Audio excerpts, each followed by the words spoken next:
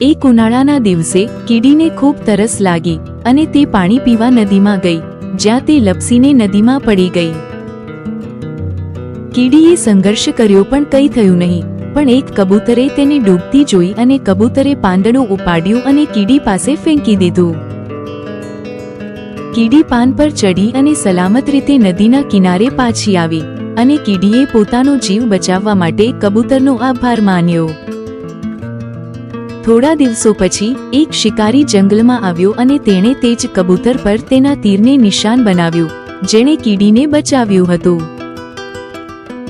કીડીએ આ જોયું અને ઝડપથી શિકારીને પગ પર ડંખ માર્યો, જેથી શિકારી તેનું નિશાન ચૂકી ગયો અને કબૂતર સુરક્ષિત રીતે ઉડી ગયું.